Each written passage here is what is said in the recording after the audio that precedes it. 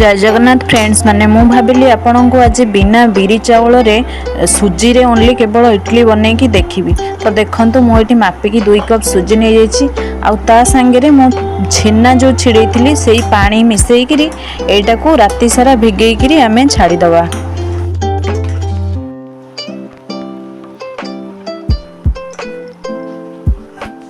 देखंतु एटा सखाळु देखंतु केते फुली जाईछि आकु आमे टिके ग्राइंडिंग करी एटारे लूण आउ सोडा मिसई करी एटा को इडली पई बसे दवा।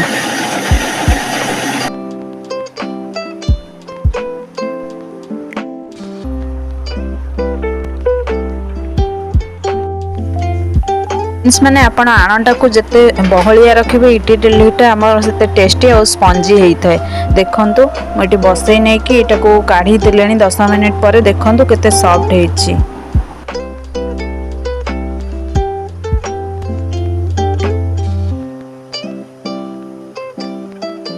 आपण माननकु केबे लागिबोनी एटा बिना बिरी चावल रे तयारी हेइछि बोली बहुत टेस्ट लागिथाय।